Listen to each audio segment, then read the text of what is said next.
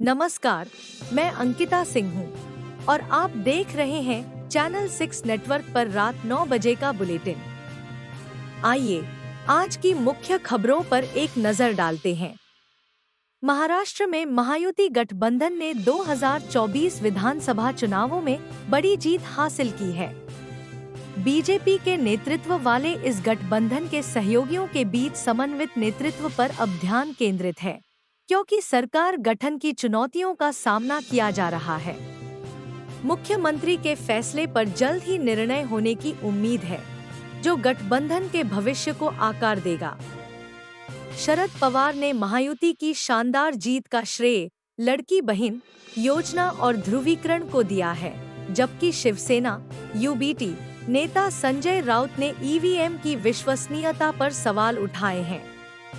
हालांकि पवार ने बिना और डेटा के टिप्पणी करने से इनकार कर दिया। इस जीत के बावजूद महाराष्ट्र में गठबंधन के भीतर मतभेद उभर रहे हैं, जो इन चुनावी दबावों में बने गठजोड़ों की कमजोरी को उजागर करते हैं। विशेषज्ञों ने चेतावनी दी है कि ये आंतरिक विभाजन राज्य में सुशासन में बाधा उत्पन्न कर सकते हैं। प्रधानमंत्री नरेंद्र मोदी ने आज संसद के शीतकालीन सत्र का उद्घाटन किया और एकता व रचनात्मक संवाद का आह्वान किया। यह सत्र भारत के संविधान की 75 साल की यात्रा का जश्न मनाएगा और 20 दिसंबर तक चलेगा। महाराष्ट्र चुनाव परिणामों ने विपक्ष के लिए झटका साबित किया है, जिससे राज्यसभा में शरद पवार और उनके सहयोगियों की संभावनाएं सीमित हो सकती हैं। राज्य में कोई तत्काल रिक्तियां नहीं हैं और अन्य जगहों पर बीजेपी के लाभ की संभावना है। सुप्रीम कोर्ट ने संविधान की प्रस्तावना में समाजवादी और धर्मनिरपेक्ष शब्दों की वैधता पर निर्णय देने की तैयारी की है। यह निर्णय भारत के संवैधानिक ढांचे में इनकी जगह स्पष्ट करेगा। भारतीय तटरक्षक बल ने अंडमान के जलक्षेत्र में अब तक की सबसे बड़ी मादक पदार्थ जब्ती की, जिसमें 5 टन ड्रग्स बरामद किए गए। चीनी इस्पात की कीमतों में गिरावट वैश्विक स्तर पर प्रभाव डाल रही है, जिससे भारत के इस्पात उद्योग पर भी असर पड़ रहा है।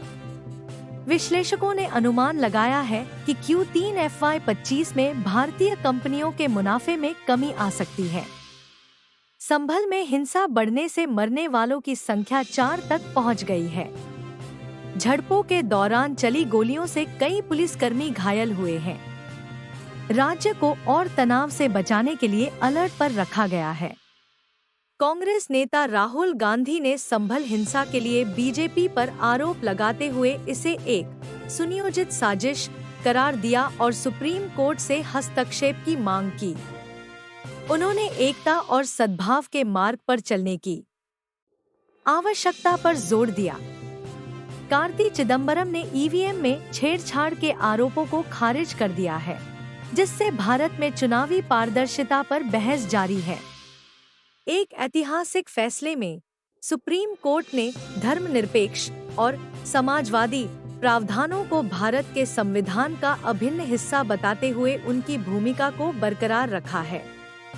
अजीत पवार ने महायुति गठबंधन के भीतर सत्ता साझा करने के फॉर्मूलों की चर्चा को खारिज कर दिया है और महाराष्ट्र के मुख्यमंत्री के फैसले में एकीकृत दृष्टिकोण का आश्वासन दिया है। उत्तर प्रदेश में एक दुखद घटना में गूगल मैप्स की गलत दिशा निर्देश के कारण एक कार पुल से गिर गई, जिसमें 3 लोगों की जान चली गई। अधिकारियों से डिजिटल नेविगेशन कंपनियों के साथ समन्वय सुधारने की अपील की जा रही है। महाराष्ट्र चुनाव परिणाम और MSCI इंडेक्स अपडेट्स के बाद आज शेयर बाजार में उछाल देखा गया। BSI, वोल्टास और कल्याण ज्वेलर्स जैसी कंपनियों के शेयरों में महत्वपूर्ण बढ़त हुई। संसद में अडानी रिश्वत मामले पर गर्मागर्म बहस के कारण कार्यवाही स्थगित कर दी गई। विपक्ष ने इस मुद्दे पर चर्चा की मांग की। और अंत में मुंबई के निवासियों के बीच महाराष्ट्र चुनाव परिणामों में अभूतपूर्व अंतर को लेकर ईवीएम की विश्वसनीयता पर संदेह बढ़ रहा है। जनता की नाराजगी चुनावी पारदर्शिता और विश्वास निर्माण के उपायों की आवश्यकता को रेखांकित करती है। आज रात के बुलेटिन में बस इतना ही। अधिक अपडेट के लिए चैनल 6 नेटवर्क के साथ जुड़े रहें। शुभ रात्रि।